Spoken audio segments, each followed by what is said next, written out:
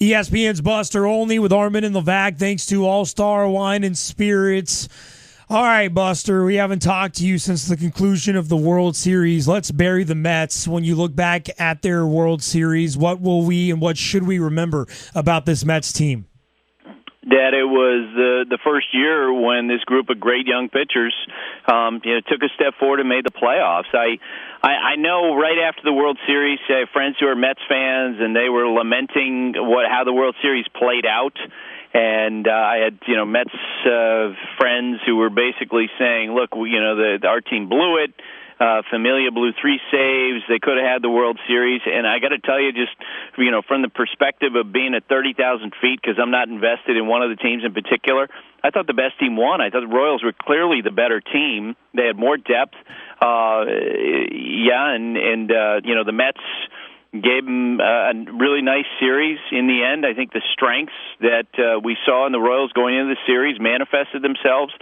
And for the Mets, there's a great future ahead because, and I know I've been talking with GMs with other teams all week, and they're making plans for the winter, and everyone's like, boy, we got to get starting pitching. We got to get starting pitching. We might pursue this free agent, might go after that guy. If you're the Mets, you have the foundation, and not only for this year, but you're talking about 4 or 5 years. So it was a great year of growth for the Mets.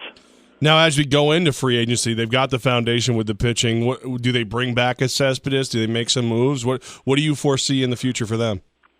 No, I don't think they'll bring back Cespedes. I mean, let's face it. They don't make the playoffs without his work. And on the other hand, the last 7 weeks, he was awful. And there's no getting around that by any measure. And we don't know, he was hit on the hand by a pitch on the 15th of September. Was that it? Was there something going on with his shoulder? Whatever the reason, he was terrible. He drew 1 walk after October 3rd, and that only walk came actually in that game against the Cubs when he had the shoulder issue, the last game of that series. And so even the 1 walk he drew, it didn't seem like it was, a choice for him to take that walk. And I know from talking with evaluators as this was playing out, they were telling me, boy, he's swinging at everything. And that became a real problem. And one of the evaluators who saw the Mets a couple times in the postseason mentioned to me, look, there was a reason why Oakland moved him, and there was a reason why the Red Sox moved him because of the warts in his game, and those certainly popped up. Now, what I think the Mets are going to do, they're certainly going to invest in some kind of an outfielder. But I don't know if it's going to be a big, expensive one because Michael Conforto showed enough in the postseason that he has a chance to really become what Kevin Long, their hitting coach, thinks he can be, and that's an all-star. And he's going to be a left fielder. And, guys, with his approach, I think he's going to hit left-handed pitching. You had Curtis Granderson in right field. To me, a guy like Ben Zobrist makes the most sense because you're not exactly sure what need's going to pop up for the Mets, and at the very least, he can move around, whether it's playing second base or, if David Wright has some sort of an issue. Ben hasn't played a lot at third base, but he wouldn't be bad there. I would overpay for Ben Zobrist because of his flexibility. He's kind of a one-of-a-kind guy in their market. ESPN's Buster Olney, thanks to All-Star Wine and Spirits with Armen and Levack, 104.5 The Team. In the National League side, the comeback player of the year, Matt Harvey, that doesn't give him any added leverage or change any dynamics, correct? No, not at all. I actually think that the way this played out couldn't have been better for all sides because Matt Harvey took the ball in the 5th inning, and he pitched his tail off. After Game 5, Ned Yost, the Royals manager, was gushing about how great he was. He put himself in a position where he could legitimately argue to his manager, look, I want to take the 9th inning. And so the season ends not with Matt Harvey sitting on the sidelines like Steven Strasburg did or, sitting there with a pitch counter and saying, okay, I'm done. It ended with Matt Harvey taking the ball. Now, I do think, and just watching him in the last couple months, I'm sure the Mets probably going to have a conversation with him about his conditioning because it does look like he put on some weight from that time that he, did the body issue for ESPN, and I think that's going to be a concern going forward. But he got through the year with his elbow still working, and they can go forward knowing that he, after all the conversation, all the discussion, and all the debate about what should happen with Harvey, in the end he chose to take the ball. And I do think there will be a time when the Mets talk about trading him, but I don't think that's going to be until after, at the very earliest, until after 2016, because they have a chance to go into next year with this tremendous rotation, and now they've paid the price. They've dealt with the innings limits, and now we can go into next year without having those hanging over the head of everybody. All right, staying in that same rotation, is there a chance for Jacob deGrom to score the NL Cy Young? No. Jake Arrieta, let's face it, the three candidates separated themselves from the rest of the field between Jake Arrieta and Zach Greinke and Clayton Kershaw. I think they're going to finish 1, 2, 3 in that order. I think Arrieta is going to win it, Greinke's going to be 2, and Clayton Kershaw is going to be 3, and then maybe Jacob deGrom gets some votes for 4 and 5. Will we call deGrom the ace next year, the clear ace for the Mets?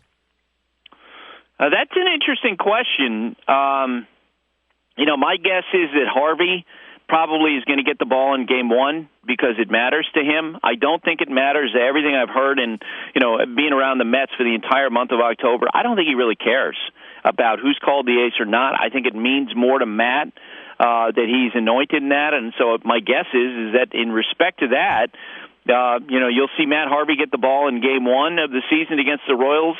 You'll see deGrom get the ball in Game 2, and you'll see Noah Syndergaard pitching Game 3 and probably getting hit. ESPN's Buster Olney. Thanks to All Star Wine and Spirits, allstarwine.com. Buster, A-Rod gets passed up. Prince Fielder gets named the comeback player of the year for the AL. Was that the right move? Yeah, I think so. And look, if I were a voter, and all the voters were from MLB.com, and I think it's important to remember that because remember, who's their employer? Major League Baseball.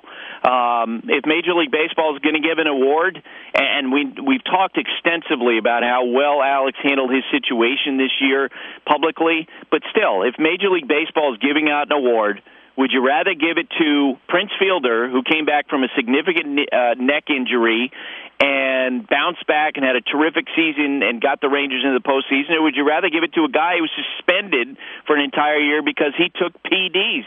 There'd be no question about it. Now, I looked today, and I couldn't find a voting breakdown. I was curious as to see if some of the voters actually voted for Alex, but regardless, I thought they got it exactly right. And I do think that, going forward, so we don't have situations like this, it would be great if there was some sort of a stipulation that if you get suspended for a year, you probably shouldn't be eligible for an award following that. I think that's fair. I like that.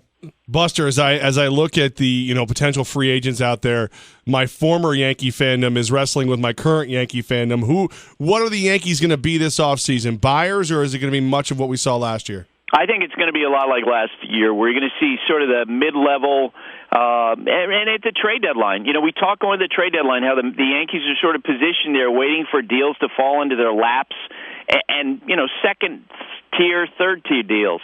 That's kind of where they're going to be. I think that, they might go out and spend for a right-handed hitting second baseman. I am curious to see if they join the group of teams that's going to pursue Ben Zobrist, who's going to probably, he's 35 years old, and he probably is going to get like 20 teams offering deals basically the same because he's not going to get a 5-year offer at age 35. Would the Yankees be the team to jump into that? I don't know. I think it's more likely that they reinvest some money in their bullpen. Darren O'Day is a really interesting guy, and I know that there are people within the Orioles organization who believe that the Yankees are the most likely team to sign O'Day. But I don't think that they're going to go in heavy because they don't have a lot of payroll flexibility from what I understand, because they still have to ride out the back end of some of these contracts. They've got 1 year left with Mark Teixeira. They've got 1 year left with Carlos Beltran. They've got 2 years left with CC Sabathia, assuming that his contract vests for 2017. And they have 2 years left with Alex Rodriguez. And after that, Levack, you know who they're preparing for 2018. Future Yankee Bryce Harper! Dang it, Buster. Come on, man. Stop fueling that fire with me, all right? Well, I told you, it's my theory that in 2018, the Yankees right fielder is going to, or 2019, the Yankees right fielder is going to be Bryce Harper, and their first baseman is going to be Eric Hosmer. Oh my! Oh wow, that's interesting. That makes this next question hurt just a little bit less because I'm reading your blog at ESPN.com and I see that one of the 3 teams you believe can turn it all around this offseason is the dreaded Boston Red Sox.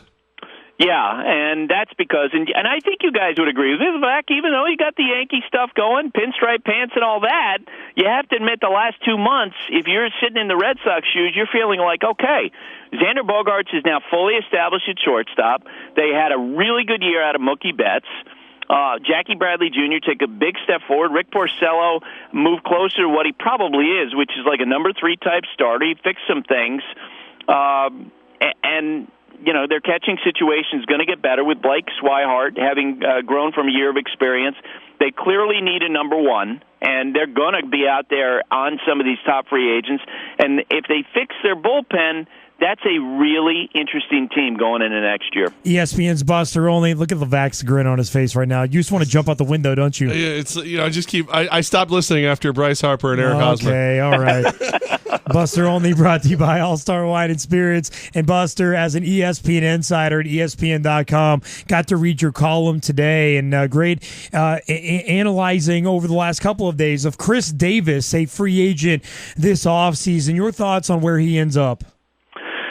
Boy, and he's a really interesting guy, and I wrote this during the summer that when he becomes a free agent, he is destined to make some people look really stupid and some people look really smart, but I can't tell you which way that's going to go.